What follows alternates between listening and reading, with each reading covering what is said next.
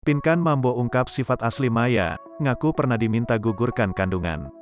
Pinkan Mambo membongkar sifat asli Maya Estianty, bahkan Pinkan mengungkap Maya menyuruhnya menggugurkan kandungan. Pinkan Mambo mengungkit aib soal Maya Estianty di masa lalu. Mengaku tak suka dengan Maya Estianty, Pinkan Mambo terang-terangan bongkar sifat asli saat di Duo Ratu.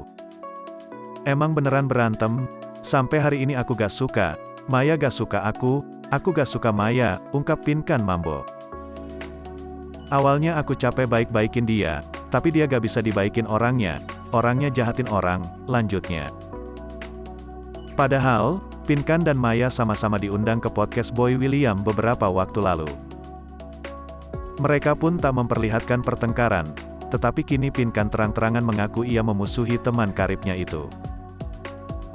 Tiba-tiba dia bilang aku gak disiplin. Ya Maya yang gak disiplin. Masa aku hamil disuruh gugurin?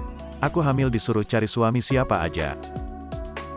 Akhirnya suaminya diambil sama Mulan Jamila kan, makanya jangan suruh orang kawin sama siapa aja, terang Pinkan. Lanjutnya, ia membeberkan aib Maya ada di tangannya.